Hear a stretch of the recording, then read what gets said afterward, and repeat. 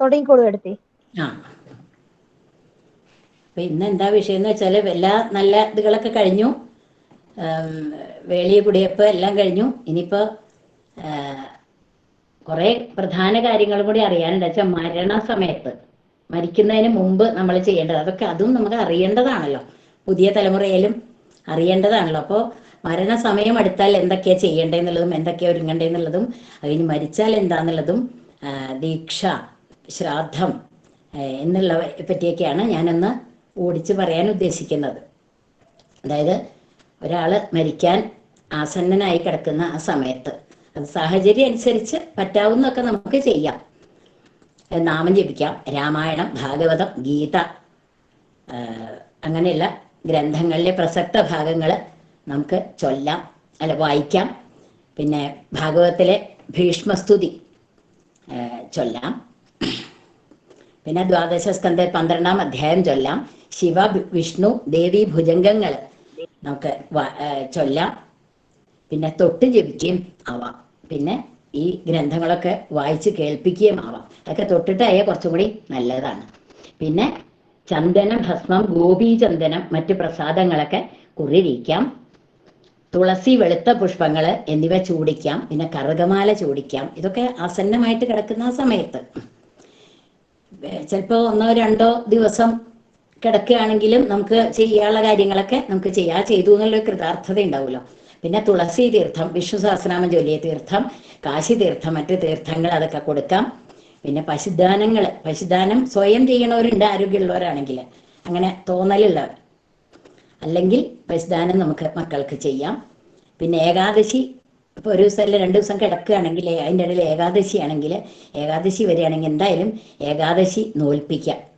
ദ്വാദശി നാളെ തീർത്ഥം കൊടുത്തിട്ടേ നമുക്ക് ഭക്ഷണം കൊടുക്കാവൂ. അപ്പം അത്രയും ദ്വാദശി ദിവസം, ഏകാദശി നോറ്റിട്ട് ദ്വാദശി ദിവസം മരിക്കുകയാണെങ്കിൽ വളരെ വിശേഷം എന്നാ പറയുക. അപ്പം നമ്മൾ ഏകാദശി നോൽപ്പിക്കണം. മക്കൾ അഥവാ ആരെങ്കിലും കുളിച്ച് ശുദ്ധമായിട്ട് വന്നിട്ട് ശിവലിംഗം, സാളഗ്രാമം എന്നിവ പൂപ്പാലിയിലെടുത്തിട്ട് കൂവളത്തില, വെളുത്ത ഇല, വെളുത്ത പൂവ്, തുളസി എന്നിവ ചാർത്തിക്കുന്നത് വിശേഷാണത്ര. ഈ ചടങ്ങിനെ പൂർണ്ണ പുഷ്പാഞ്ജലി എന്നാണ് പറയപ്പെടുന്നത്. അതായത് അവസാനമായിട്ട് പൂർണ്ണം, അവനവനെ മുഴുവൻ എന്താണ് അർപ്പിക്കണ പോലെയുള്ള പൂർണ്ണ പുഷ്പാഞ്ജലി എന്നാണ് അതിന് പറയുന്നത്. പിന്നെ മരിക്കുന്നതിന് മുമ്പായി നെല്ലിയുടെ കൊമ്പുണ്ടെങ്കിൽ അത് കൊണ്ടുവന്ന് ഒരു ചട്ടിയിൽ വെച്ചാൽ നല്ലതാണ്. പിന്നെ തുളസിച്ചെടി പറിച്ചെടുത്ത് അതും ഒരു ചട്ടിയിലോ ചിരട്ടയിലോ, കിട്ടിയ സാധനം ആ നേരത്തെ അങ്ങനെയൊക്കെയല്ലേ പറ്റുള്ളൂ, അങ്ങനെ വെക്കുന്നത് നല്ലതാണ്. അതായത് ഇങ്ങനെ നെല്ലിയുടെ ഇലയിൽ അടിയിൽ കിടന്ന് മരിക്കുന്ന വിശേഷമാണത്രേ. അപ്പം അതുകൊണ്ട് നെല്ലിയുടെ ഒരു കൊമ്പും തുളസി കടയോടുകൂടിയും പറിച്ചിട്ട് ചിരട്ടയിലെങ്കിലും വെച്ചിട്ട് അങ്ങനെ മരിക്കുന്നതിന് മുമ്പ് അങ്ങനെ ചെയ്യാം, വിശേഷമാണ്. പിന്നെ മേൽപ്പറഞ്ഞ കാര്യങ്ങൾ തന്നെ അത് തന്നെ ആ വ്യക്തിയോട് അടുപ്പമുള്ള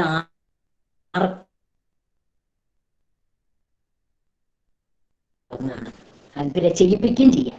പിന്നെ ഇതെല്ലാം അറിഞ്ഞിരിക്കേണ്ടതും സന്ദർഭത്തിനനുസരിച്ച് ചെയ്യാൻ അത് നമ്മുടെ ഒരു കടമയാണ് എന്ന് മനസ്സിലാക്കി ഇതൊക്കെ അറിഞ്ഞിരിക്കാൻ ശ്രമിക്കുക. ഇത് ഈ ചെയ്യേണ്ട കാര്യങ്ങളൊന്നും സ്ത്രീ പുരുഷ വ്യത്യാസമൊന്നുമില്ല. സ്ത്രീകളാണെങ്കിലും നമ്മൾ പുഷ്പാഞ്ജലി ചെയ്യലും എല്ലാം നമുക്ക് അവരെ കൊണ്ട് ചെയ്യിപ്പിക്കാം. സ്വയം ചെയ്യുക എന്നുള്ള രീതിയിൽ അവരെ കൊണ്ട് ചെയ്യിപ്പിക്കാം. ഇതൊക്കെ നമ്മൾ ചെയ്യുന്ന ഒരു വലിയൊരു പുണ്യപ്രവൃത്തിയാണ്. പിന്നെ ഇനി മരിച്ചു കഴിഞ്ഞാൽ, മരിച്ച് നിലത്തിറക്കി കിടത്തതിന് മുമ്പായിട്ട് പുല്ലും മണലും വിരിക്കുക എന്നുള്ളതൊരിതുണ്ട്. അപ്പോൾ ആ മണൽ വിരിക്കാനായിട്ട് നമുക്ക് മുൻകൂട്ടി ചെയ്യാവുന്ന കാര്യങ്ങളാണ്. കാശി, തിരുനാവായ, വൃന്ദാവനം അങ്ങനെയുള്ള പുണ്യസ്ഥലങ്ങളിൽ കൊണ്ടുവന്നിട്ടുള്ള മണ്ണ് നമുക്ക് സൂക്ഷിച്ച് വെക്കാവുന്നതാണ്. ഇത്തരം ആവശ്യങ്ങൾക്കും പിന്നെ എഴുത്തിനിരുത്താനും ഇങ്ങനെ പുണ്യസ്ഥലങ്ങളിലെ മണ്ണ് നമുക്ക് ഉപയോഗിക്കാം. പിന്നെ മരിച്ചു കഴിഞ്ഞാലും ചന്ദനം, ഗോപീചന്ദനം, ഭസ്മം, പ്രസാദങ്ങളൊക്കെ കുറിയിടിക്കാം. പിന്നെ കറുകമാല, തുളസി, വെളുത്ത പൂവ് എന്നിവയും ചൂടിക്കാം. പുല്ലും മണലും വിരിച്ച് ദേഹം നിലത്തിറക്കിയ തലയ്ക്കൽ തെക്കു ഭാഗത്തായിട്ട്, തെക്കോട്ട് തലയാണല്ലോ തലയിട്ടാണല്ലോ കിടത്തുക, നിലവിളക്ക് കൊളുത്തി വെക്കണം. പിന്നെ പറയിൽ നെല്ല് നിറച്ച് വെക്കണം എന്ന് പറയും. നീ പറ പെട്ടെന്ന് കിട്ടിയില്ലെങ്കിൽ ഇടങ്ങഴിയിലെങ്കിലും നെല്ല് നിറച്ച് വെക്കുക എന്ന് പറയാറുണ്ട്. പിന്നെ നാളികേരം ഉടച്ച്, അത് കുറേയൊക്കെ എല്ലാവർക്കും അറിയണതാണ്, എന്നാലും പുതുതലമുറയ്ക്കായിട്ട് ഇതൊക്കെ ഒന്ന് പറയാന്ന് മാത്രമേ ഉള്ളൂ.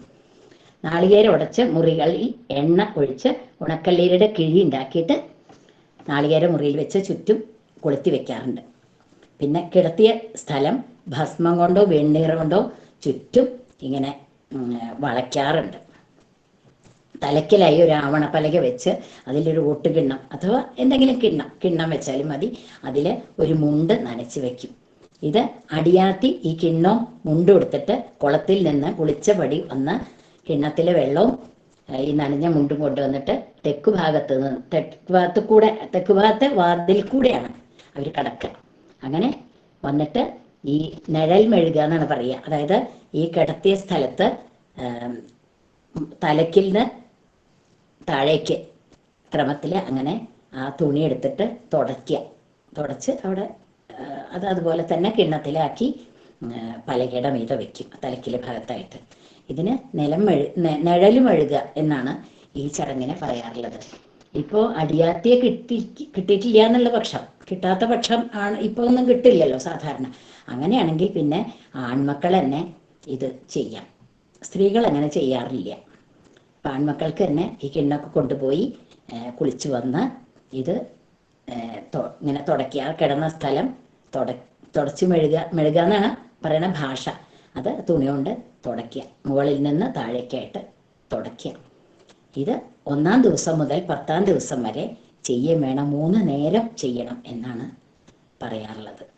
പിന്നെ അന്തർജനങ്ങൾ നമ്പൂരി മരിച്ചാൽ പച്ച ഓലത്തടുക്ക് ഉണ്ടാക്കി അതിലിരിക്കാറ്. അത് ഇതിലൊക്കെ പല പാട്ടുകളിലൊക്കെ ഉണ്ടല്ലോ, മംഗലാതിരിയിലൊക്കെ പറയുന്നുണ്ടല്ലോ, അങ്ങനെ ഇരിക്കാറുണ്ട്. പിന്നെ 3 നേരം കുളി, പിന്നെ മുങ്ങിയ പടി ഈറം പിഴിയാതെ വന്നിരിക്കുക, എണ്ണ തേക്കാതെയുള്ള കുളി, ഇതൊക്കെയാണ്. പിന്നെ ഭക്ഷണത്തിൽ അരിഭക്ഷണവും ഉപ്പും വർജിക്കാറുണ്ട്. ഇതൊക്കെയാണ് പണ്ടത്തെ രീതി. ഇന്നത്തെ കാലത്തിനനുസരിച്ചും അവരവരുടെ ആരോഗ്യത്തിനനുസരിച്ചും മാറ്റങ്ങൾ വരുത്താവുന്നതുമാണ്. പിന്നെ അച്ഛനമ്മമാർ മരിച്ചാൽ സംസ്കാര കർമ്മങ്ങൾ തുടങ്ങിയ എല്ലാ കർമ്മങ്ങളും ആൺമക്കളാണ് ചെയ്യാറുള്ളത്. മക്കളില്ലാത്തവരാണെങ്കിൽ നമ്പൂതിരി ആയാലും അത്തേമാരായാലും നമ്പൂതിരിയുടെ സഹോദരങ്ങൾ അഥവാ അവരുടെ മക്കളാണ് ആ കർമ്മങ്ങൾ ചെയ്യേണ്ടത്. ഒരു മകനേ ഉള്ളൂ, അവർക്ക് എത്താൻ പറ്റാത്ത അവസ്ഥ വരികയാണെങ്കിൽ ആ സഹോദരൻ്റെ പുത്രൻ, അതായത് മകൻ്റെ സ്ഥാനത്തുള്ള ഏട്ടൻ്റെയോ അനിയൻ്റെയോ പുത്രന്മാർ ആ കർമ്മങ്ങൾ ചെയ്യും. അങ്ങനെയാണ്. പിന്നെ മറ്റാചാരങ്ങളും വർജ്യങ്ങളും പെൺകുട്ടികൾക്കും ബാധകമാണ്. പിന്നെ വിവാഹം കഴിഞ്ഞ പെൺമക്കൾ ആ തറവാട്ടിലെ ആചാരമനുസരിച്ചാണ് ചെയ്യാറുള്ളത്. അതായത് കൊടുത്ത ആ ഇല്ലത്തെ ആചാരമനുസരിച്ച് ചെയ്യാറുണ്ട്.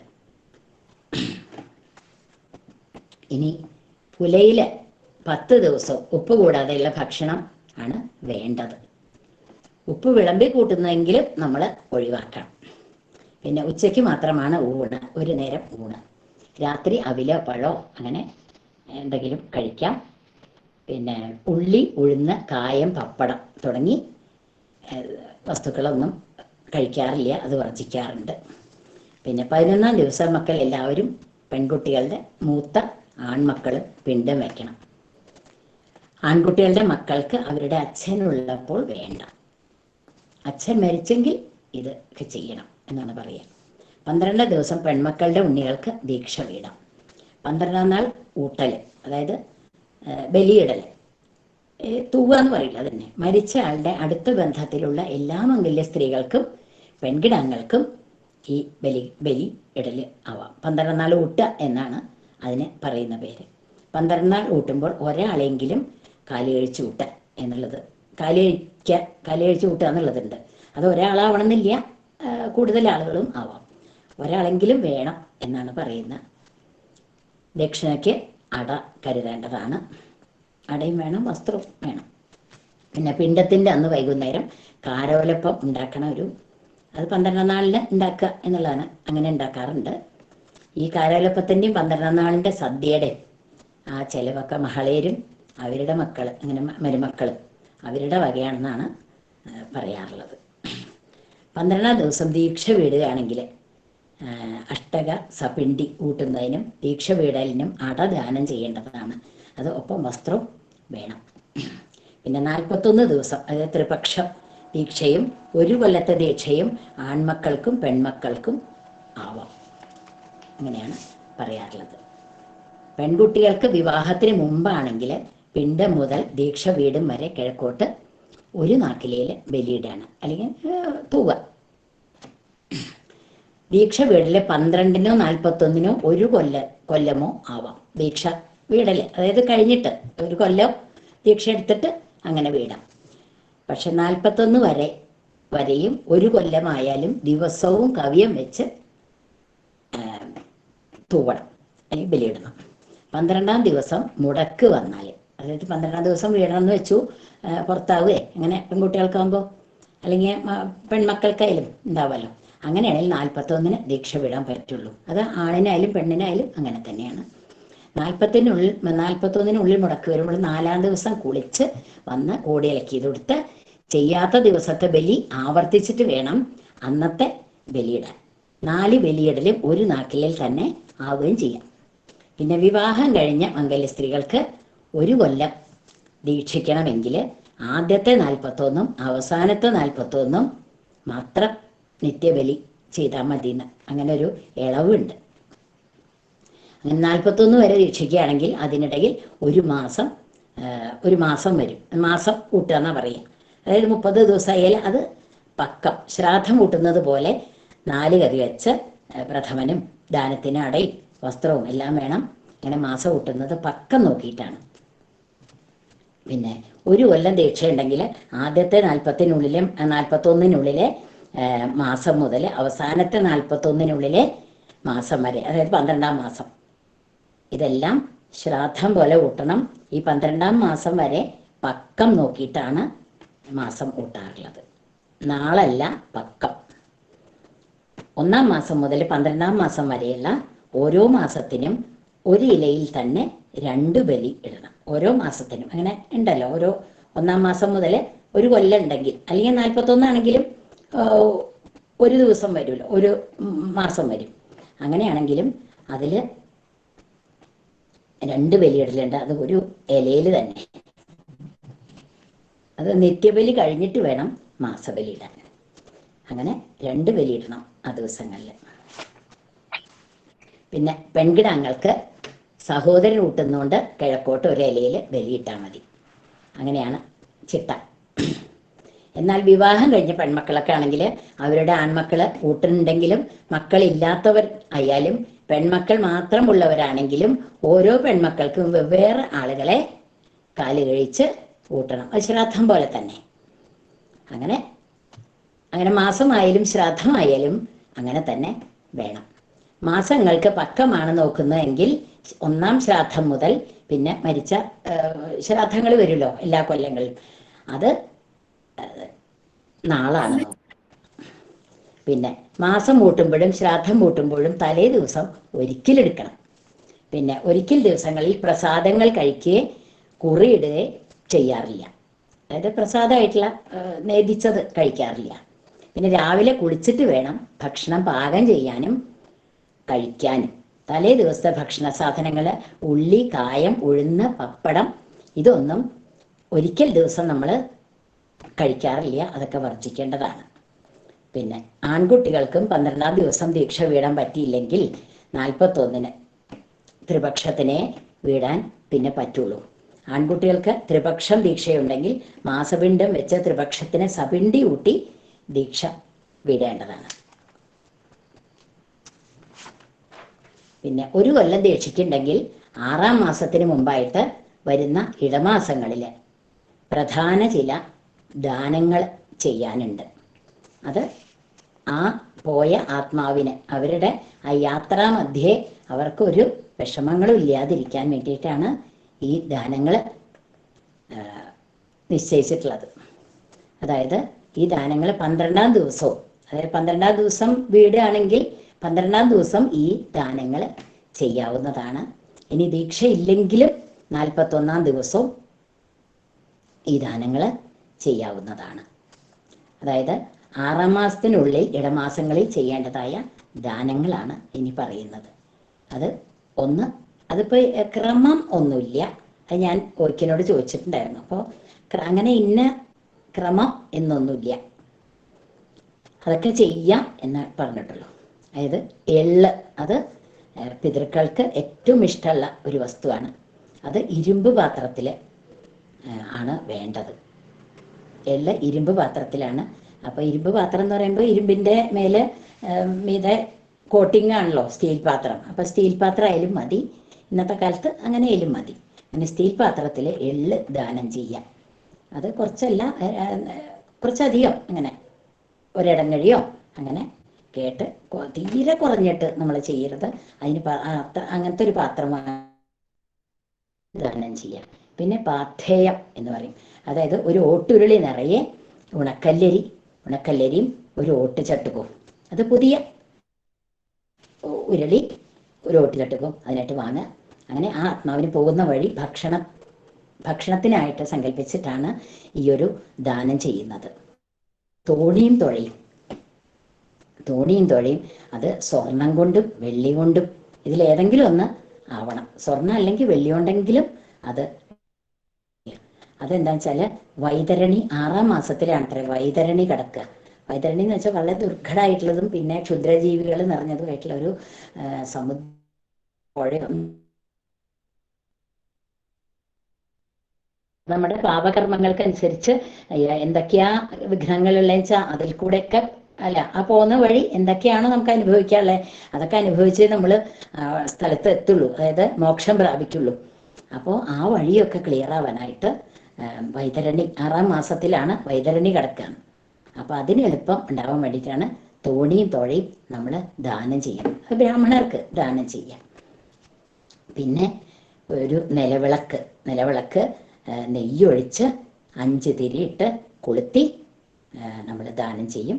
അതെന്താന്ന് വെച്ചാൽ വഴിയിലെ ഇരുട്ടിൽ തപ്പാതെ വെളിച്ചം നമ്മൾ കാണിച്ചു കൊടുക്കുകയാണ് ആ പോകുന്ന ആൾക്ക്. അതിനു വേണ്ടി നമ്മൾ വിളക്ക് കൊളുത്തി ദാനം ചെയ്യും. നെയ്യാണ് ഒഴിക്കേണ്ടത്, നല്ല നെയ്യ്. പിന്നെ ഒരു പാത്രം നിറച്ച് പച്ചവെള്ളം കോരി പച്ചവെള്ളം ഒരു പാത്രത്തിൽ നിറച്ച്, അത് വലിയ പാത്രം തന്നെയാവാം, അതും പിശുക്കണമെന്നില്ല, വെള്ളമല്ലേ. അപ്പോൾ വെള്ളത്തിന് പാകത്തിന് കുറച്ച് വലിയ പാത്രം എടുത്ത് അതിൽ വെള്ളം നിറച്ച്, അത് ഓടോ പിച്ചളയോ പാത്രമാവാമെന്നാണ് പറയാറുള്ളത്. പിന്നെ ഉള്ളത് ചെരുപ്പ്, വടി, കുട. പിന്നെ പ്രത്യക്ഷ ഭസ്ദാനം ചെയ്യാറുണ്ട്. ഇല്ലെങ്കിൽ പശുവിൻ്റെയും കുട്ടിയുടെയും പ്രതിമ സ്വർണത്തിലോ വെള്ളിയിലോ ഉണ്ടാക്കിയിട്ട് അതും ദാനം ചെയ്യാം. അപ്പം അവരുടെ പുറത്ത് കയറി പോവുക. ചെരുപ്പ്, കൊട, വടി ഇതൊക്കെ പോകുന്ന യാത്രയിൽ സൗകര്യത്തിന്. പിന്നെ പശുവിൻ്റെ പുറത്ത് കയറി പോവുക, അങ്ങനെ ആയിരിക്കാം സങ്കല്പം. അപ്പം അങ്ങനെ അതിനി പശുവിൻ്റെ പാല് എന്നുള്ള സങ്കല്പമാണോ അതോ അറിയില്ല, അങ്ങനെയൊക്കെയാണ്. അങ്ങനെ ഇതൊക്കെ ദാനം ചെയ്യാം എന്നുള്ളതാണ്. പിന്നെ ഒരു കൊല്ലത്തിനുള്ളിൽ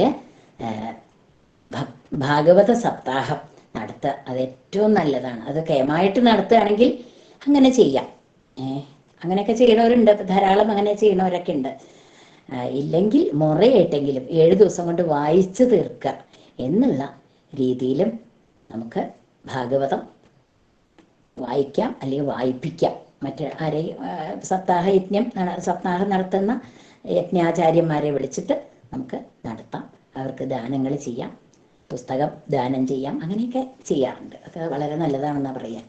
പിന്നെ ഗാരുഡ പുരാണം, ഗീത, നാരായണീയം, ഭുജംഗം, വിഷ്ണു ഭുജംഗം, സഹസ്രനാമം, ഇതൊക്കെ ഈ ഒരു കൊല്ലത്തിനുള്ളിൽ ഗാരുഡ പുരാണം പ്രത്യേകമായിട്ട് പറയാറുണ്ട്. അത് ഗാരുഡ പുരാണത്തിൽ നമ്മൾ ചെയ്യേണ്ടതായിട്ടുള്ള കർമ്മങ്ങളെ പറ്റിയാണ് പറയണത്. അതിലെനിക്ക് ഏറ്റവും ശ്രദ്ധേയമായിട്ടുള്ളൊരു ഭാഗം ഞാനിവിടെ പറയുകയാണ്. അതായത് അതിൽ ഒരു ഭാഗത്ത് പറയുന്നുണ്ട്, ഒരു രാജാവോ മറ്റേ ഇങ്ങനെ വേട്ടയാടി നേരത്ത്, അത് ബ്രാഹ്മണനാണ്, കുറേ കാലം മുമ്പ് അമ്മ മരിച്ചപ്പോഴായിട്ട് വായിച്ചതാണ്. എന്തായാലും പൊരുൾ ഇതാണ്: ഒരു മോക്ഷം കിട്ടാത്ത ഒരു പ്രേതാത്മാവ് ഒരു മരത്തിൻ്റെ മുകളിൽ ഇങ്ങനെ ഇരിക്കുകയാണ്. അപ്പം അങ്ങനെ മോക്ഷം കിട്ടിയിട്ടില്ല, അങ്ങനെ ഒരു ഗതി കിട്ടാത്ത പ്രേതം എന്നല്ലേ നമ്മൾ പറയാറ്. അപ്പോൾ ഗതി കിട്ടാതെ നടക്കുകയാണ് ആ പ്രേതം. അങ്ങനെ ആ മരത്തിൻ്റെ മുകളിൽ അപ്പം എന്തൊരു ശബ്ദം കേട്ടപ്പോൾ ഇന്ന ആളാണ് എന്ന് പറയുകയാണ് ആ പ്രേതം. അപ്പോൾ എന്നെ ഒന്ന് മോക്ഷപ്രാപ്തി വരുത്തുമോ എന്ന് ചോദിച്ചപ്പോൾ രാജാവാണോ ബ്രാഹ്മണ അതെനിക്ക് ഓർമ്മയില്ല, കുറെ കൊല്ലം 2009 ഞാൻ വായിച്ചതാണ്. വെച്ചാൽ മരിച്ച് ആ കൊല്ലത്തിനുള്ളിലാണ് വായിക്കുക എന്ന് പറയാം. അപ്പോൾ അങ്ങനെ അദ്ദേഹം വേഗം പോയി അടുത്തുള്ള ഒരു അരുവിയിൽ കുളിച്ച് അങ്ങനെ ആ പ്രേതത്തിന് വേണ്ടി ശേഷക്രിയകൾ ചെയ്തു എന്നാണ് പറയുന്നത്. അപ്പോൾ ഇതിൽ നിന്ന് നമ്മൾ മനസ്സിലാക്കേണ്ടത്, ഒരു അജ്ഞാതനായിട്ടുള്ളതായാലും അല്ലെങ്കിൽ ജാതിയോ ഇതൊന്നും നോക്കാണ്ട് നമ്മൾക്കൊരാവശ്യം മുന്നിൽ കാണുകയാണെങ്കിൽ അവർക്ക് പോലും നമുക്ക് ചെയ്യാം എന്ന് ഗരുഡൻ പറഞ്ഞു കൊടുക്കേണ്ടതാണ്. അങ്ങനെ ആ ഒരു ഇതിൽ പറയുന്നുണ്ട്. അപ്പം നമുക്ക് ഇന്ന ആളായാൽ പാടില്ല, വേറൊരു കുടുംബത്തെ ചെയ്യാൻ പാടില്ല, അങ്ങനെയൊന്നുമില്ല. അങ്ങനെ കുറേ അറിവുകൾ തരുന്ന ഒരു ഗ്രന്ഥമാണ് ഈ ഗരുഡപുരാണം. ഞാനത് മുഴുവൻ വായിച്ചിട്ടുമുണ്ട്. വായിച്ചു കഴിഞ്ഞിട്ട് ഒരു പഠനം എന്നുള്ള രീതിയിലും ആ കൊല്ലത്തിൽ തന്നെ കുറച്ച് പകുതി മുക്കാലും ചെയ്തു. പിന്നെ എനിക്ക് ചോദിച്ചിട്ട് ചെയ്യാം എന്നുള്ളതുകൊണ്ട് ഞാൻ മരിച്ച ആ ഒരു കൊല്ലത്തിനുള്ള വായിക്കാൻ പാടുള്ളൂ. അതിനിപ്പോൾ അറിവുള്ളവരോട് ചോദിച്ചിട്ട് വേണം. അത് പഠനം എന്നുള്ള വെച്ചാൽ അത് മനസ്സിലാക്കാൻ തന്നെയാണ്, ഒന്ന് പഠിക്കുക എന്നുള്ള രീതിയിലായാലേ അത് മനസ്സിലാവുള്ളൂ. അങ്ങനെ നമ്മൾ ചെയ്യേണ്ട കടമകളും കർത്തവ്യങ്ങളും ഒക്കെയാണ്. അത് ഓരോ ജന്മം ചെയ്തിട്ടുള്ളത് കൊണ്ട് സന്തതി ഇല്ലാത്തത് എന്തുകൊണ്ടാണ്, സന്തതി ഉണ്ടാവാൻ എന്താ ചെയ്യണ്ടേ, അങ്ങനെ പല കാര്യങ്ങളും അതിൽ വിവരിക്കുന്നുണ്ട്. അത് എന്തായാലും വായിച്ച് മനസ്സിലാക്കേണ്ട ഒരു ഗ്രന്ഥമാണ് ഇത് ഗരുഡപുരാണം. അപ്പം അത് വായിക്കാം. ഗീത, നാരായണീയം, ഭുജംഗം അതൊക്കെ വായിക്കാം. പിന്നെ ഭുജംഗം, സഹസ്രനാമം ഇതൊക്കെ ദിവസവും ചൊല്ലുകയും ചെയ്യാം. പിന്നെ ശ്രാദ്ധം കഴിഞ്ഞാൽ, അങ്ങനെ ഒരു കൊല്ലത്തെ ശ്രാദ്ധം കഴിഞ്ഞാൽ നമ്മൾ തിരുനാവായ, തിരുനെല്ലി, ബദരി, കാശി, ഹരിദ്വാർ, രാമേശ്വരം അങ്ങനെയുള്ള സ്ഥലങ്ങളിൽ എവിടെയെങ്കിലും ഒരു സ്ഥലത്ത് പോവുക. അങ്ങനെ പിതൃക്കൾക്ക് പ്രാധാന്യമുള്ള ഏതെങ്കിലും ഒരു സ്ഥലത്ത് പോവുക, എല്ലാവരും കുടുംബമായിട്ട് പോവുക, അവിടെ ഒരു ബലിയിടുക. അതൊക്കെ വളരെ വിശേഷമാണ്.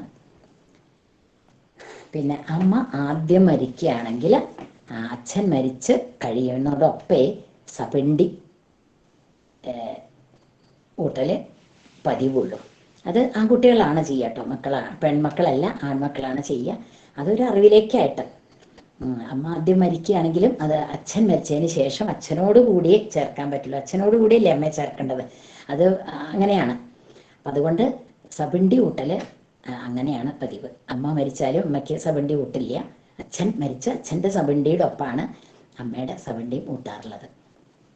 പിന്നെ മാസപിണ്ടും സപിണ്ടിയും ഒഴികെ ബാക്കി എല്ലാ സൽക്കർമ്മങ്ങളും പെൺകുട്ടികൾക്കും ചെയ്യേണ്ടതാണ്. പിന്നെ മുൻപ് മരിച്ചു പോയ പിതൃക്കളോടുകൂടി ചേർക്കലാണ് ഈ സപിണ്ടി. അതുകൊണ്ട് അത് 12-ാം ദിവസം വീടുകയാണെങ്കിൽ പോലും സപിണ്ടി ഊട്ടണം എന്നാണ്. അത് നിർബന്ധമായിട്ടും ഊട്ടണം. അത് ചിലർക്ക് അത് അറിവില്ല, അതുകൊണ്ട് അത് ഊട്ടാതിരിക്കുക, എന്താണെന്ന് അറിയാത്തതുകൊണ്ട്. അപ്പം അതുകൊണ്ട് അത് ഊട്ടന്നെ വേണം. 12-ാം നാൾ വീടുകയാണെങ്കിലും അത് സപിണ്ടിയോടുകൂടി സപിണ്ടി ഊട്ടിയിട്ട് വേണം അത് വീടാൻ. ദീക്ഷ 12 ദിവസമായാലും ദീക്ഷ വീടുക എന്ന് പറയും. അങ്ങനെ അതില്ലെങ്കിൽ കുടുംബത്തിലെ മറ്റ് പിതൃക്കൾക്കൊപ്പം ഇവരെ എത്താതെ വരും. അത് കുടുംബത്തിനും ദോഷമായിട്ട് ഭവിക്കും എന്നാണ് പറയുന്നത്. അതുകൊണ്ട് എന്തായാലും 12-ാം ദിവസമായാലും 41-ാം ദിവസമായാലും ഒരു കൊല്ലമായാലും അതൊന്നും ഇന്നത്തവർക്ക് ചിന്തിക്കാൻ പോലും പറ്റില്ല. പക്ഷേ മംഗല്യ സ്ത്രീകൾക്ക് ഒരു ഇളവുണ്ട്. ആദ്യത്തെ 41-ഉം അവസാനത്തെ 41 വേണ്ടു എന്നുള്ളൊരു ഇളവുണ്ട്. അതുകൊണ്ട് മനസ്സിനെ പാകപ്പെടുത്തുകയാണ് വേണ്ടത്. പറ്റും എന്നുണ്ടെങ്കിൽ ചെയ്യാനൊക്കെ പറ്റും, അങ്ങനെ ചെയ്യാണ് വേണ്ടത്. പിന്നെ എന്തായാലും സപിണ്ടി നമ്മൾ ഊട്ടണം. അതായത് ആൺകുട്ടികളാണ് ഊട്ടേണ്ടത്. അതെന്തായാലും അത് ചെയ്യാതിരിക്കാൻ പാടില്ല. അങ്ങനെ ചെയ്യാതിരുന്നാൽ അത് കുടുംബത്തിനാണ്, സന്തതിക്കുമൊക്കെയാണ് ദോഷം വരിക എന്നാണ് പറഞ്ഞു കേട്ടിട്ടുള്ളത്. അതുകൊണ്ട് സപിണ്ടി കൂട്ട് തന്നെ വേണം. പിന്നെ ഈ ഒരു കൊല്ലത്തെ ദീക്ഷ അത് ചെയ്യുമ്പോൾ ഈ മാസപിണ്ടത്തിൻ്റെ ഒപ്പം 12 മാസം ഊട്ടൂല, 12 മാസമായിട്ട് വരുന്നുണ്ട്. അത് കഴിഞ്ഞിട്ടാണ് ഒരു കൊല്ലത്തെ ശ്രാദ്ധം എന്നുള്ളത്. അപ്പോൾ ഈ 12 മാസവും 2 ബലിയിടണം. അതായത് ആ ദിവസത്തെ ബലിയിട്ടതിന് ശേഷം മാസത്തെ ബലിയിടുക. അത് ഈ മംഗല്യ സ്ത്രീകളായാലും ആദ്യത്തെ 41-ല് 1 മാസം വരും, അവസാനത്തെ 41-ല് 1 മാസം വരും. അതുകൂടാതെ ഇടയിലുള്ള മാസങ്ങൾ എല്ലാം ഇതുപോലെ ശ്രാദ്ധം പോലെ ഊട്ടേണ്ടതാണ്. ആ ശ്രാദ്ധം ഊട്ടുമ്പോഴും ഇടയിലൊന്നും നമ്മൾ ഊട്ടണില്ലെങ്കിലും, പക്ഷെ ആദ്യത്തെ 41 അവസാനത്തെ 41 എന്നാണല്ലോ, അത്രയും ഇളവ് തന്നിട്ടുണ്ട് മംഗല്യ സ്ത്രീകൾക്ക്. കുട്ടികളെ വളർത്താനും പിന്നെ മറ്റേ കുടുംബകാര്യങ്ങൾക്ക് നമുക്ക് വ്യാപൃതരാകുന്നതുകൊണ്ട് ആ ഒരു ഇളവ് തന്നിരിക്കുകയാണ്. അപ്പം ആ ദിവസങ്ങൾ 2 41-ൻ്റെയും ഇടയിലത്തെ മാസം അല്ലാതെ ഇടയിൽ 2-ാം മാസം മുതൽ 11-ാം മാസം വരെയുള്ള ഓരോ മാസവും വരുമല്ലോ, ആ നാളല്ല, അത് പക്കമാണ് എടുക്കുക. അങ്ങനെ ആ പക്കങ്ങളിൽ ആദ്യം നിത്യബലി ഇടേണ്ടത്, ആ ബലി ഇടണം. അങ്ങനെ എത്ര 12 മാസത്തിലും 12 നിത്യബലി ഇടണം. അതിനോട് ചേർന്ന് മാസബലി, അതായത് തൂവൽ തന്നെയാണ് കേട്ടോ, ബലിയിടുക എന്നാണല്ലോ പറയുക, ബലിയിടുക എന്നാണ് പറയുക. ഏതായാലും ആ തൂവലും വേണം. അപ്പോൾ 12 ഒന്നാമത്തെ മാസത്തിന് ഒന്നാമത്തെ ദിവസ ബലിയുടെ ഒന്നും പിന്നെ മാസ ബലിയിടല്. അത് കഴിഞ്ഞാൽ 2-ാമത്തെ ഇതിലും ദിവസബലി മാസബലി മൂന്നാമത്തെയും, അങ്ങനെ 12 മാസം വരെ ഈ ദിവസബലി മാസബലി ഇടേണ്ടതാണ്. അത് കഴിഞ്ഞാൽ പിന്നെ ശ്രാദ്ധം, നാളെ നോക്കി ശ്രാദ്ധം വരും. അതിനും അന്ന് പിന്നെ അന്നത്തെ മാത്രം ശ്രാദ്ധം ഊട്ട ഒരേലയിൽ അങ്ങനെ ബലിയിടുക, അത്ര തന്നെയല്ലോ. ഇതൊക്കെയാണ് നമുക്ക് സാമാന്യ രീതിയിൽ അറിയേണ്ട. ഇതെല്ലാം എൻ്റെ അമ്മയുടെ പുസ്തകത്തിൽ എഴുതി വെച്ചതാണ് കേട്ടോ. അതിൽ നിന്ന് അതാണ് അവലംബിച്ചിട്ടുള്ളത്. അപ്പോൾ ആ പുസ്തകത്തിന് വേണ്ടി ഞാൻ തന്നെയാണ് വർക്ക് ചെയ്തിട്ടുള്ളത്. അതുകൊണ്ട് കുറേ മനസ്സിലാക്കിയിട്ടുണ്ട്. പിന്നെ പലവട്ടമായിട്ട് വായിക്കുമ്പോൾ അപ്പോൾ അതിൽ എഴുതിയിട്ടുള്ള കാര്യങ്ങളാണ് ഇതെല്ലാം. പിന്നെ ഇനിയിപ്പോൾ അടുത്തതായിട്ട് മംഗല്യ സ്ത്രീകൾ ശ്രാദ്ധത്തിന് ബലിയിടുകയാണെങ്കിൽ 12-ാം നാൾ കൂട്ടുമ്പോൾ തൂവണതായാലും ഒക്കെ ഒരുപോലെ തന്നെയാണ്. അത് എങ്ങനെയാണെന്നൊന്ന് വിവരിക്കാം എല്ലാവർക്കും വേണ്ടി. അതായത് ചെറിയ കുട്ടികളായാലും അന്ന് 12-ാം നാൾ കൂട്ടുമ്പോൾ എത്ര അകന്ന ബന്ധുക്കളായാലും, അതായത് അവരോട് ബന്ധമുള്ള എല്ലാവർക്കും 12-ാം നാൾ കൂട്ടാന്നാണ് പറയുക. പിന്നെ മറ്റൊരു കാര്യമുണ്ട്, നമ്മളിപ്പോൾ ഏറ്റവും അടുത്ത ബന്ധുക്കൾ, ഇപ്പം അമ്മാത്ത ചിറ്റമാര് ചിറ്റച്ചിമാര് പേരച്ചിമാര് എന്നല്ലാണ്ട് കുറച്ചും കൂടി അകന്ന ബന്ധുക്കളാണെങ്കിൽ പോലും അങ്ങനെ അവരുടെ മരുമക്കള് അപ്പം അവർക്ക് ഈ പിണ്ടത്തിന് വരാം. ഇന്ന് അറിവില്ല. അത് പിണ്ടത്തിന് അത്ര അത്യാവശ്യക്കാര് അന്ന് പിണ്ടത്തിന് വരും. ഇനി പിണ്ടത്തിന് വന്നില്ലെങ്കിൽ പോലും മംഗല്യ സ്ത്രീകൾ 12-ാം നാൾ ഊട്ടം വരണം എന്നാണ് പറയുക. ഇപ്പം മരുമക്കളൊക്കെ ആണെങ്കിൽ ചിലപ്പോൾ പറ്റിയെന്ന് വരില്ല, 2 ദിവസം കൂടി നിൽക്കാൻ പറ്റില്ല, വർക്കിംഗ് ഡേ ആണ്, എന്തെങ്കിലുമൊക്കെ അങ്ങനത്തെ കാരണങ്ങൾ ഉണ്ടെങ്കിൽ പിണ്ടത്തിൻ്റെ ദിവസം നമ്മളുടെ കുടുംബത്ത് അവരെ മനസ്സിൽ വിചാരിച്ചിട്ട് നമസ്കരിക്കാം. പിണ്ടത്തിൻ്റെ ഏതാണ്ട് സമയം ഇപ്പോൾ ഫോൺ ചെയ്ത് വീഡിയോ വരെ കാണിക്കാൻ പറ്റും പിണ്ടത്തിൻ്റെ നമസ്കാരം ഇതൊക്കെ. അപ്പം അങ്ങനെ ഓൺലൈനായിട്ട് നമുക്ക് കാണാനും സാധിക്കും. അപ്പോൾ പിണ്ടത്തിന് മംഗല്യ സ്ത്രീകൾ അധികം നമുക്ക് അത്യാവശ്യം ഏറ്റവും അടുത്ത ബന്ധുക്കളാണെങ്കിൽ നമ്മൾക്ക് പോവാണ്ടിരിക്കാൻ പറ്റില്ല. അല്ലാതെ കുറച്ചും കൂടി മരുമക്കൾ അതിൻ്റെ അപ്പുറത്തോട് അങ്ങനെയൊക്കെ ഉള്ളവരാകുമ്പോൾ പോയില്ലെങ്കിലും വിരോധമില്ല എന്നാണ് പറയുക.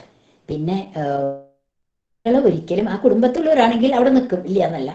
അല്ലാത്ത ഗർഭിണികളാണെങ്കിൽ ഈ പിണ്ടസദ്യക്ക് പോവില്ല എന്നാണ് പറയുക. അതൊരു പൊതുവിലുള്ള ഒരു ധാരണയ്ക്ക് വേണ്ടി പറയാം. പിന്നെ അങ്ങനെ 2 ദിവസം വരാൻ പറ്റില്ല എന്നുള്ളവർക്ക് ഏറ്റവും പ്രാധാന്യം ആ വ്യക്തിക്ക് നമുക്ക് വെളിയിടുക, ഒരു ചോറ് തൂവുക എന്നുള്ളൊരു പ്രാധാന്യമുണ്ട്. അപ്പോൾ അന്നത്തെ ദിവസം പിണ്ടത്തിന് പോയില്ലെങ്കിൽ പോലും 12-ാം നാൾ കൂട്ടാനായിട്ട് പിണ്ടത്തിൻ്റെ തലേ ദിവസം പിണ്ടത്തിൻ്റെ അന്ന് വൈകുന്നേരം അവിടെ എത്തുക. അല്ലെങ്കിൽ അടുത്ത സ്ഥലങ്ങളൊക്കെ ആണെങ്കിൽ നമ്മൾ രാവിലെ കുളിക്കാണ്ട് നേരത്തെ അങ്ങോട്ട് എത്തുക. എന്നിട്ട് അവിടെ പോയി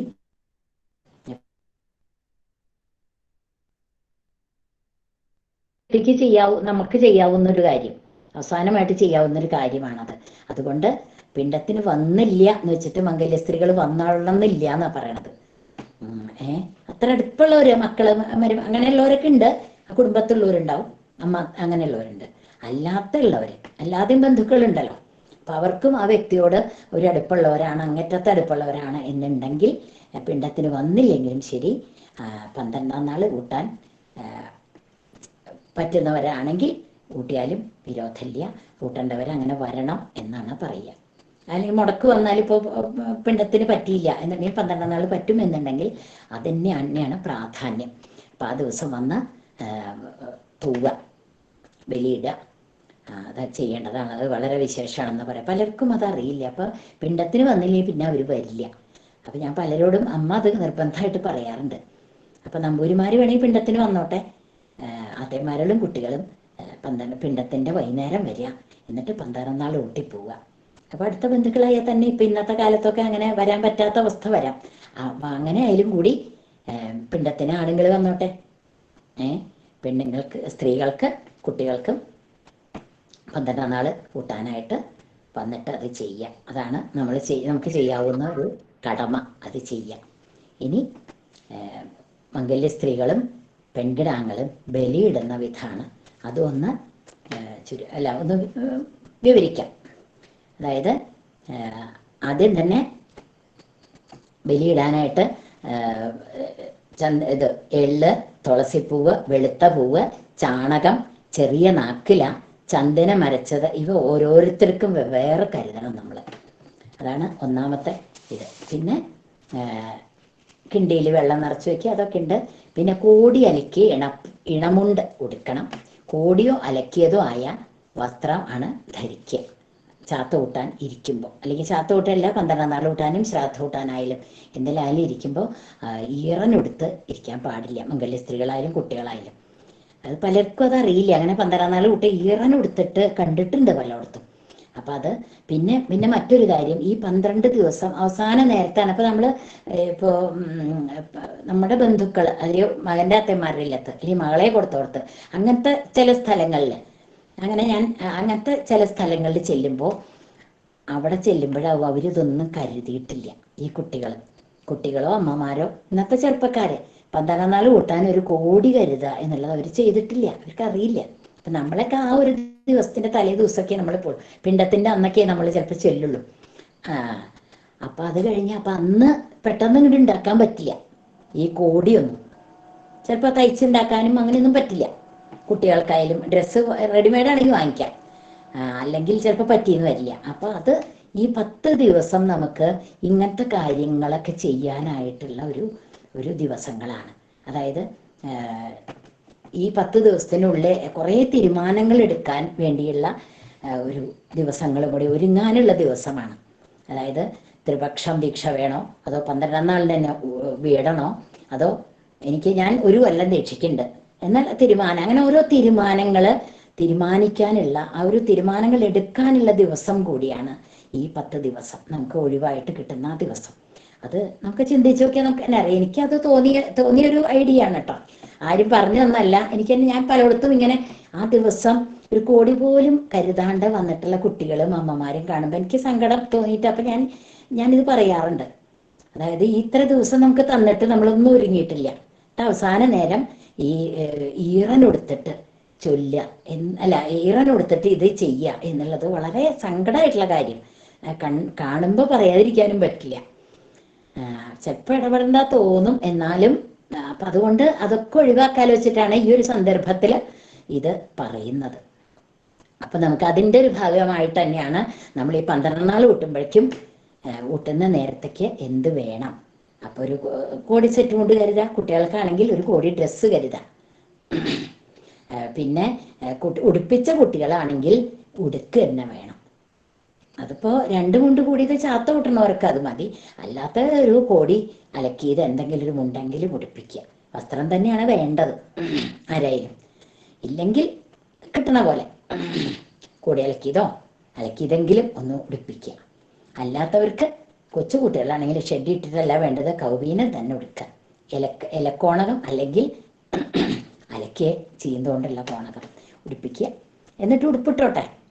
അപ്പം ആ പഴയ സമ്പ്രദായം തന്നെ ആവുകയാണ് നല്ലതെന്നുള്ളതുകൊണ്ട് പറഞ്ഞു കേട്ടോ. അത് അവരവർക്ക് വേണ്ട പോലെ ചെയ്യാം, പക്ഷെ അതല്ലേ വേണ്ടത് എന്നുള്ളതുകൊണ്ട് ആ ഒരു ചടങ്ങിനല്ലേ ചെയ്യണ്ടു.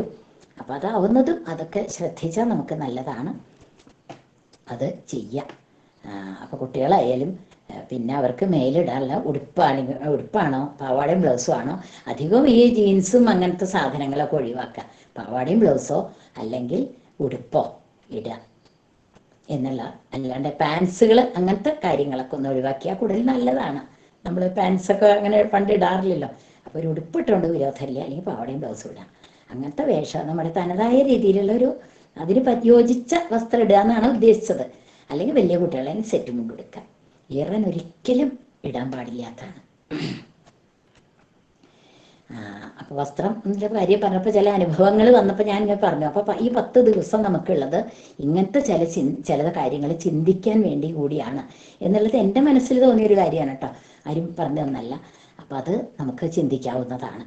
അപ്പം അവസാന നേരത്തെ ഈറിന് കൊടുത്ത് തൂവാനിരിക്കേണ്ട ഒരു അവസ്ഥ വരില്ലല്ലോ. അപ്പം അത് മുൻകൂട്ടി ചിന്തിക്കാൻ വേണ്ടി ഒന്ന് പറഞ്ഞത് മാത്രം. പിന്നെ അന്നത്തെ ദിവസം ഈ ശ്രാദ്ധത്തിൻ്റെ ദിവസമാണ് പറയുന്നത്. മറ്റേ 12 നാളിൽ പിന്നെ 2 മുങ്ങലൊന്നും വേണമെന്നില്ല കേട്ടോ. 2 കുളി വേണം എന്നുള്ളതിനാൽ ഒന്ന് മുങ്ങി കയറി ഒന്ന് തോർത്തിന്ന് കാണിച്ചിട്ട് ഒന്നും കൂടി മുങ്ങാം, അങ്ങനെയാണ് പറയാറുള്ളത്. അപ്പോൾ 2 കുളി വേണം എന്ന് പറയാറുണ്ട്. അങ്ങനെ കുളിച്ച് കയറി ഒന്നും കൂടി തോർത്തിയിട്ട് വീണ്ടും ഒന്ന് മുങ്ങി പിന്നെ ശരിക്ക് തോർത്തുക. അത് കഴിഞ്ഞ് ഒരു 4 ഇഴ മുടി ഇങ്ങനെ ഈ വലത്തെ ഭാഗത്ത്, ഈ വകച്ചിലിൻ്റെ ഇപ്പുറത്തെ വലത്ത് ഭാഗത്തായിട്ട് എടുത്തിട്ട് ഒന്ന് പിരിച്ച് ഇങ്ങനെ ഒരു വിരൽ വെച്ച് അങ്ങനെ മടക്കി പിന്നാക്കം തന്നെ തിരിച്ചു വയ്ക്കുക. അങ്ങനെ ഒരു പിരിഞ്ഞിട്ട് അറ്റത്തൊരു റൗണ്ടായിട്ട് അങ്ങനെ ഒരു ഇതുണ്ടാക്കാറുണ്ട്. പിരിച്ചു വയ്ക്കുക, മുടി പിരിച്ചു വയ്ക്കുക എന്നാണ് പറയുക. അങ്ങനെ വലതു ഭാഗത്തായിട്ട് പിരിച്ചു വെക്കാറുണ്ട്. പിന്നെ സ്ത്രീകളാണെങ്കിൽ വലത്തോട്ട് മുടി തിരികെ കെട്ടിത്തിരിക എന്നാണ് പറയുക. വലത്തോട്ട് കെട്ടി നമ്മൾ പ്രധാന ദിവസങ്ങളിലൊക്കെ അങ്ങനെ ചെയ്യാറുണ്ട്. നേദിക്കുമ്പോഴും ചെയ്യാറുണ്ട്. പിന്നെ അങ്ങനെ അതിനൂട് ദിവസങ്ങളിൽ അങ്ങനെ അങ്ങനെ പ്രധാന ദിവസങ്ങളിലൊക്കെ നമ്മൾ കെട്ടിത്തിരികാറുണ്ടല്ലോ. അപ്പോൾ ശ്രാദ്ധത്തിനും അതൊന്നും മുടിയുടെ ഇഴ കൊഴിയരുത് എന്നുള്ളതായിരിക്കണം ഉദ്ദേശം. അതുകൊണ്ട് വലത്തോട്ട് കെട്ടിത്തിരികി ഉറപ്പിച്ച് വെക്കുക. പിന്നെ അത് അഴിയരുത്. പിന്നെ മുടി തൊട്ടാലും മുണ്ട് ഉടുത്താലും കാല് കഴുകണം.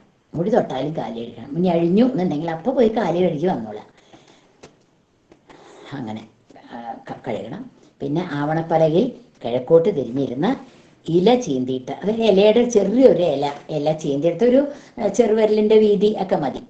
അപ്പം മറ്റുള്ള ആണുങ്ങൾക്കും പിന്നെ വിധവകൾക്കും അങ്ങനെയുള്ളവർക്കൊക്കെ ഇതാണ് പവിത്രം ആണ്.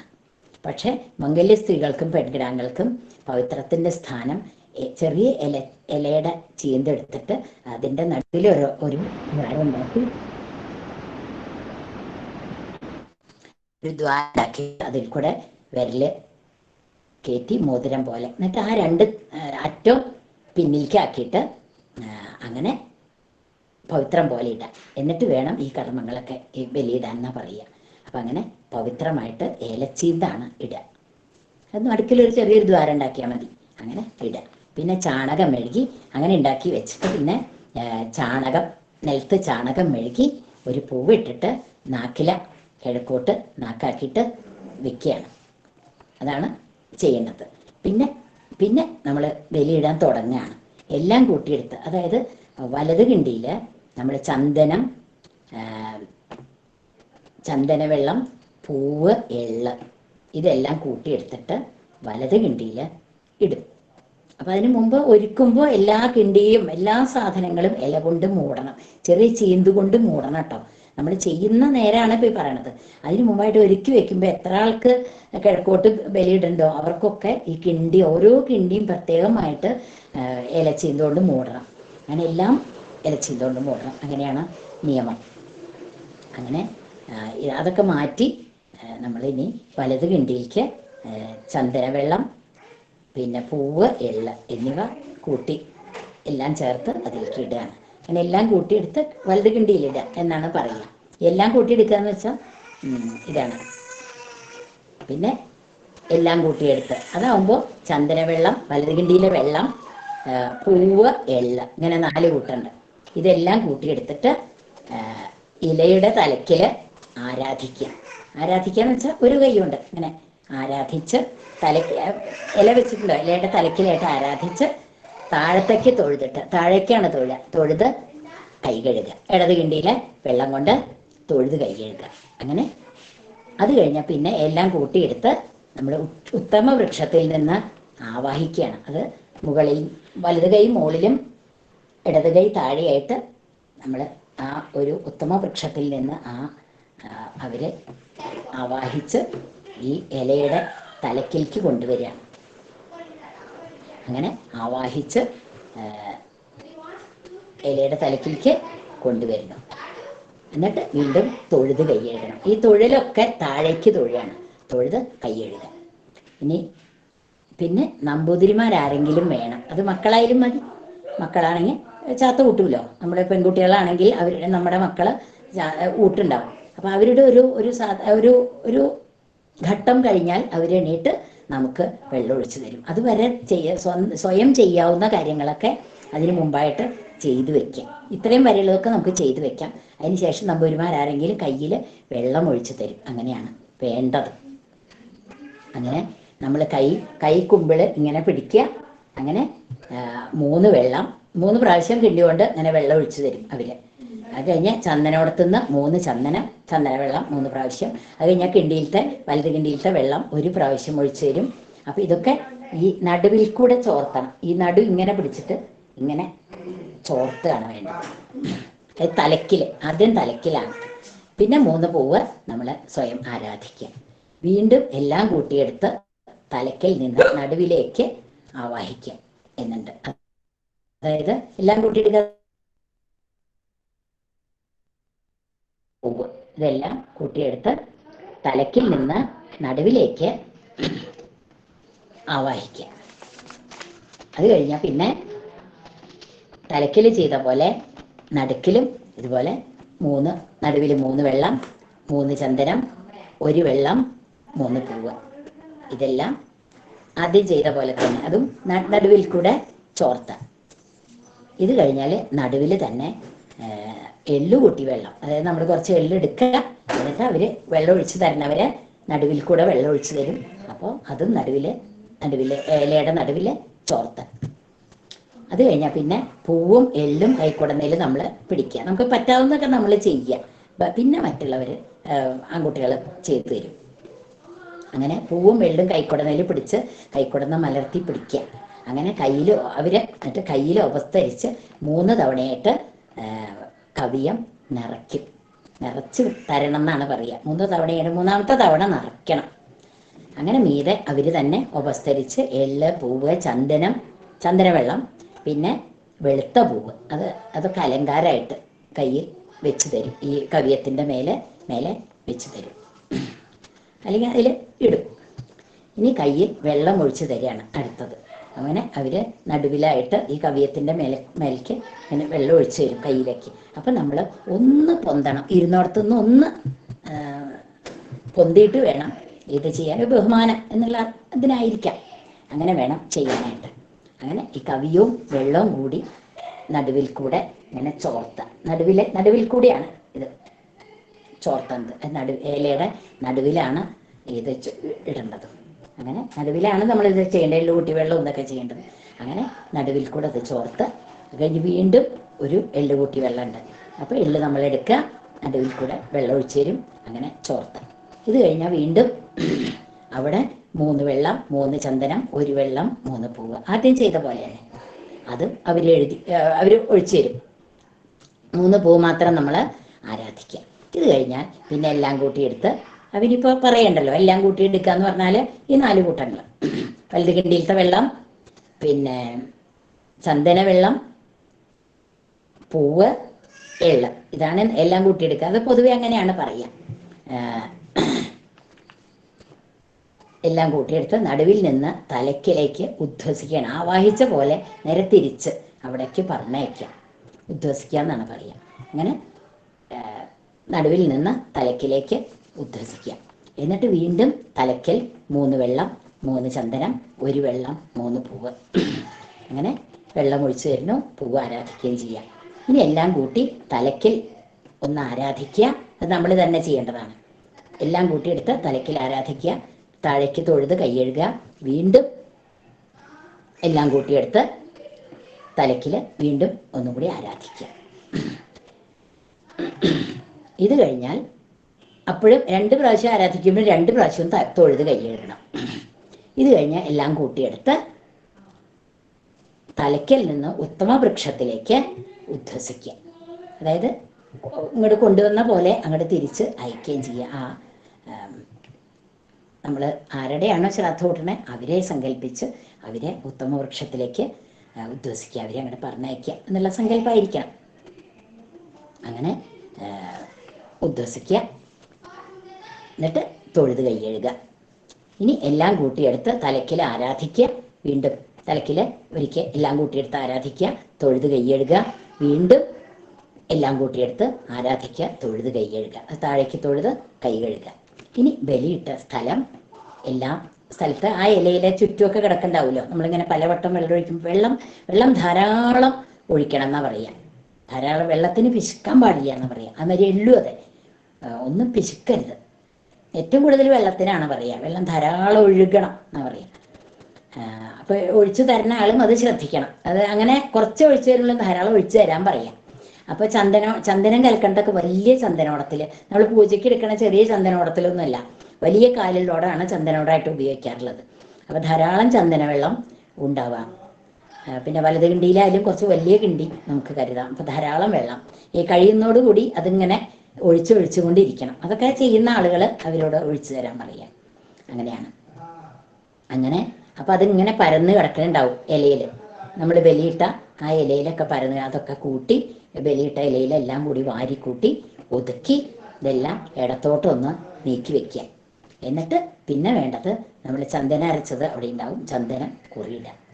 അങ്ങനെ ചൂറിയിട്ട് കഴിഞ്ഞാൽ പിന്നെ എല്ലാം കൂട്ടിയെടുത്ത് നമസ്കാരം പറയുമ്പോൾ എല്ലാം മുന്നിലേക്ക് കയ്യിലുള്ള എല്ലാം കൂട്ടിയെടുത്തിട്ടാണ്. അതായത് ഈ പറഞ്ഞ പോലെ ആദ്യം പറഞ്ഞ പോലെ എല്ലാം കൂട്ടിയെടുത്ത് അത് മുന്നിലേക്ക് ആരാധിച്ച്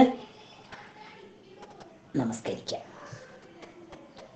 അങ്ങനെ ആരാധിച്ച് നമസ്കരിച്ച് കഴിയുമ്പോൾ ഒന്നല്ല രണ്ട് നമസ്കരിക്കണം എന്നാണ് പറയുന്നത്. അപ്പൊ മംഗല്യ സ്ത്രീകളും കുട്ടികളും കിഴക്കോട്ടാണ് നമസ്കരിക്കേണ്ടത്. മറ്റ് വിധവകളും നമ്പൂരിമാരും തെക്കോട്ടും. അതൊക്കെ പൊതുവായിട്ട് അറിയണതാണല്ലോ, എന്നാലും ഒന്ന് പറഞ്ഞു മാത്രം. നമസ്കരിക്കുക. അത് കഴിഞ്ഞ് പിന്നെ കീഴ്പോട്ടൊന്ന് തൊഴുതിട്ട് ഇലച്ചീന്ത് പവിത്രട്ടുണ്ടല്ലോ അത് ഉപേക്ഷിക്കുക, അത് കളയുക. അതിന് ശേഷം നമ്പൂരാർക്ക് വിളമ്പി കൊടുക്കുക, കുളിക്കുർത്തി കൊടുക്കുക. അതൊക്കെ ചെയ്തതിന് ശേഷം നമ്മൾ ശേഷം കൊള്ളുക. ഈ ശേഷം കൊണ്ടതിന് ശേഷമേ നമ്മൾ പിന്നെ തേവാരത്തിലേക്കോ അമ്പലത്തിലേക്കോ പോലെ നമ്മുടെ കുടുംബക്ഷേത്രമൊക്കെ തൊഴുമല്ലോ. അപ്പൊ ഇതൊക്കെ കഴിഞ്ഞിട്ടേ പോകണ്ടു എന്നാ പറയാ. അത്രയും പ്രാധാന്യമുണ്ട് ഈ ബലികർമ്മങ്ങൾക്ക്. അതിന് ശേഷം നമുക്ക് തൊഴാൻ പോകല്ലോ. എന്തൊക്കെയാ വെച്ചാൽ തേവാരം അതൊക്കെ കഴിഞ്ഞിട്ട് പിന്നെ സാധാരണ ഇതൊക്കെ ഒതുക്കലൊക്കെ ചെയ്യാം. അങ്ങനെ ആ ബലിയിട്ട സ്ഥലവും വേഗം വൃത്തിയാക്കണം എന്നാണ് പറയുക. അപ്പം അതൊക്കെ നീക്കി വെച്ച് വേഗം അവിടെയൊക്കെ വൃത്തിയാക്കുക. ശേഷം കൊള്ളുക. ഇതൊക്കെ പെട്ടെന്ന് ആളുകൾ ധാരാളം ഉണ്ടെങ്കിൽ നമുക്ക് അങ്ങനെ ചെയ്യാം, വേഗം ചെയ്യാം. അങ്ങനെ നമ്പൂരിമാർക്ക് വിളമ്പി കൊടുക്കണം. അത് ഇലയിൽ തന്നെ ഉപായത്തിൽ അവർ വാരി കഴിക്കാൻ പാടില്ല. അവർക്ക് കുളിക്കുർത്തി കൊടുക്കുക തന്നെ വേണം, ഇലയിൽ വിളമ്പി കൊടുക്കണം. അങ്ങനെയൊക്കെയാണ് പറയുക. അതൊക്കെ ചെയ്ത് നമ്മളും ശേഷം കൊള്ളുക. അങ്ങനെ ഇതൊക്കെയാണ് ഒരു ബലിയിടുക. അല്ലെങ്കിൽ 12 നാൾ കൂട്ടുമ്പോഴും ഇത് തന്നെയാണ്, ഒരു വ്യത്യാസമില്ല. ശ്രാദ്ധം കൂട്ടുമ്പോഴും 12 നാൾ കൂട്ടുമ്പോഴും വ്യത്യാസമൊന്നുമില്ല. അപ്പോൾ ഇതൊക്കെയാണ്. പെട്ടെന്ന് ഓടിച്ച് പറഞ്ഞു, എന്നാലും സമയമൊക്കെ ആയിട്ടുണ്ട്. അങ്ങനെ അപ്പം ഏതാണ്ടൊക്കെ ആയിന്ന് തോന്നണം.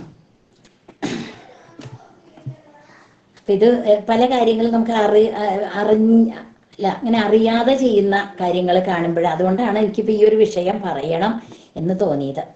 അപ്പം ഏതായാലും നമ്മുടെ ഈ ഒരു വെബിനാറുകൾ കഴിഞ്ഞുകൊണ്ടിരിക്കുകയാണ്. അതിൻ്റെ സമാപനം 18 തീയതി 17 ഏപ്രിൽ 17 18 ആയിട്ട് നടത്തുക എന്നൊക്കെ ഇങ്ങനെ കണ്ടു വാട്സാപ്പിൽ.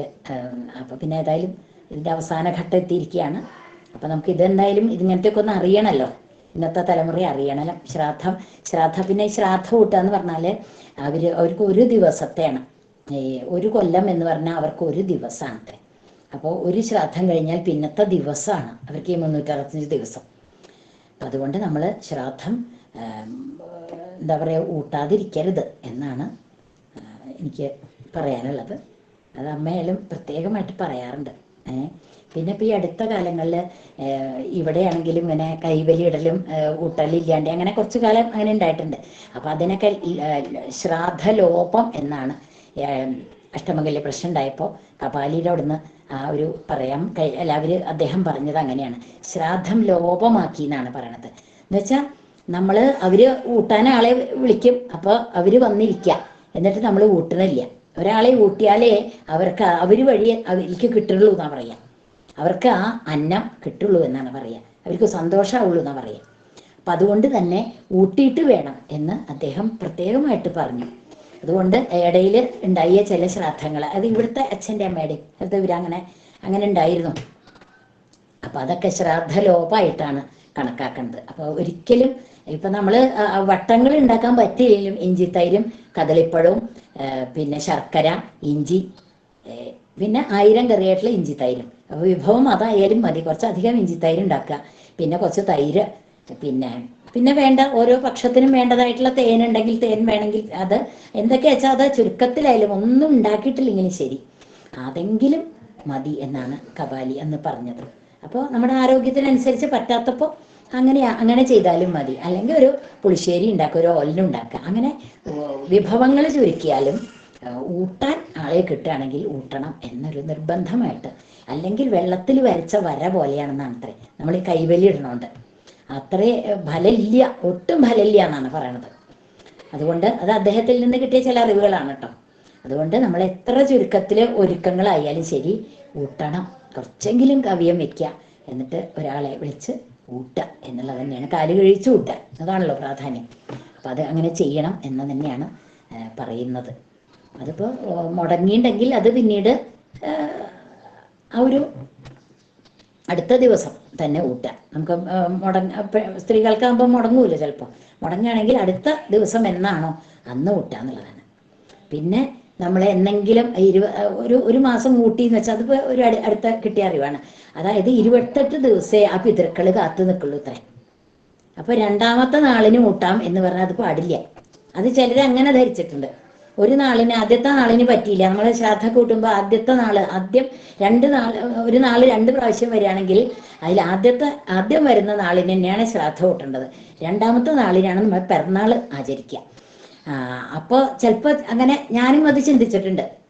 പക്ഷെ അങ്ങനെയല്ല എന്നുള്ളത് പിന്നെ അറിവുള്ളവരോട് ചോദിച്ച് മനസ്സിലാക്കിയപ്പോൾ കിട്ടിയൊരു കാര്യമാണ്. അപ്പൊ എനിക്ക് പറഞ്ഞു തന്ന കാവനാട്ട് താത്തയെടുത്തിയാണ് കേട്ടോ, അതും പറയണല്ലോ. അപ്പൊ അങ്ങനെ പറഞ്ഞാലേ അതിന് ഫലമുള്ളൂ എന്നും പറയും. അപ്പോൾ ഇവിടെ ഏട്ടൻ്റെ എന്നെ ശ്രാദ്ധം അങ്ങനെ മുടങ്ങിയപ്പോൾ അങ്ങനെ അപ്പം ആ നാള് മതി എന്നൊരു ചിന്ത വന്നു. പക്ഷെ അതല്ല, 27 നാള് വരെ, ആ നാളുകളിൽ 27 നാളല്ലേ, നാളെ 27 എല്ലാ നാളിലും അവര് കാക്കും എന്നാ പറയണേ ആ പിതൃക്കള്. അങ്ങനെ എല്ലാ നാളും കഴിഞ്ഞാൽ പിന്നെ രണ്ടാമത് ഈ നാള് വരും എന്നുള്ളത് അവർ കാക്കില്ല. അപ്പോൾ അതുകൊണ്ട് ഇന്നിപ്പോ നമ്മളിപ്പോ ചിലപ്പോൾ ദിവസം അറിയാണ്ട് പോകും ചിലപ്പോൾ. അങ്ങനെയാണ് ഞങ്ങൾ ഒരു ചാത്ത അങ്ങനെ നീങ്ങിയത്.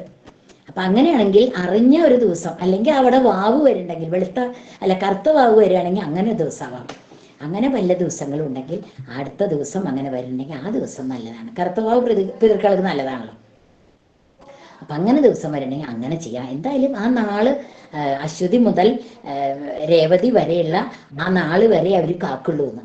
അത് കഴിഞ്ഞ് പിന്നെ രണ്ടാമത് അശ്വതി വരും എന്നുള്ളത് കാക്കാൻ പാടില്ല, അവര് വരില്ല, പിന്നെ ഇല്ല. അപ്പൊ അങ്ങനത്തെ ദിവസം വരെ അന്ന് അവർക്ക് അപ്പൊ ആ ഒരു നല്ല ദിവസം നോക്കിയിട്ട് ശ്രാദ്ധം കൂട്ടാൻ എന്നാണ് പറയുന്നത്.